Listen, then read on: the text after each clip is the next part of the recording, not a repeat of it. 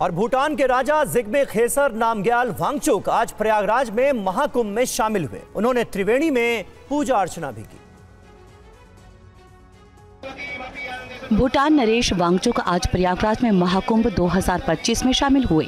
उन्होंने त्रिवेणी में आस्था की डुबकी लगाई और यूपी के मुख्यमंत्री योगी आदित्यनाथ के साथ त्रिवेणी संगम में पूजा अर्चना की।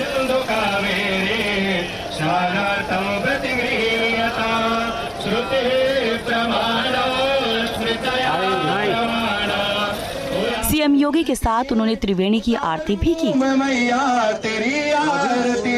कर्पूर गौरव करुणावतारं संसार सारं भुजगेंद्र सदा वसंतो हृदयारविंदे।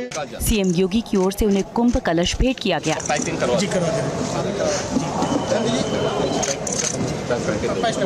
इससे पहले भूटान नरेश वांगचुक ने नाव के जरिए नदी की सैर की और पक्षियों को दाने खिलाए।